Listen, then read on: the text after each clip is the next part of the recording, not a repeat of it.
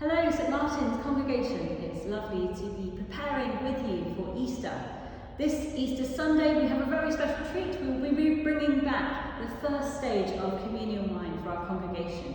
Over the pandemic we've had to pull back communion wine and reduce it just to one person, the priest sharing drinking communion wine on behalf of us all. But for those of you who are able to gather with us in the building, we have the option to celebrate with wine for the first time since the beginning of the pandemic.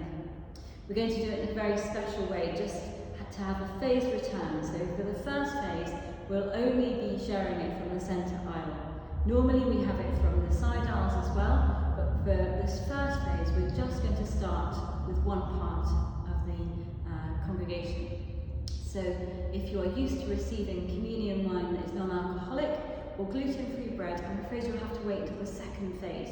Or if you would prefer to receive communion off camera, there will still be opportunities to receive in the side aisles, but it won't be including wine just in this first phase while we monitor how we bring that back.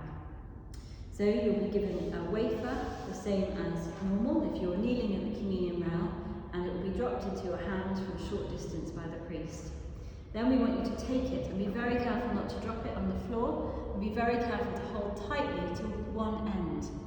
And just dip it ever so slightly into the top of the communion wine. You'll see there's not very much communion wine in there, and it'll be topped up at the end of each row of people coming to receive by our chalice assistants.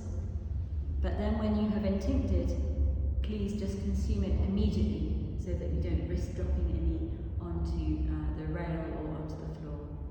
We're looking forward to welcoming you this Easter and celebrating with you the death and resurrection of Jesus as we gather around his body and his blood together.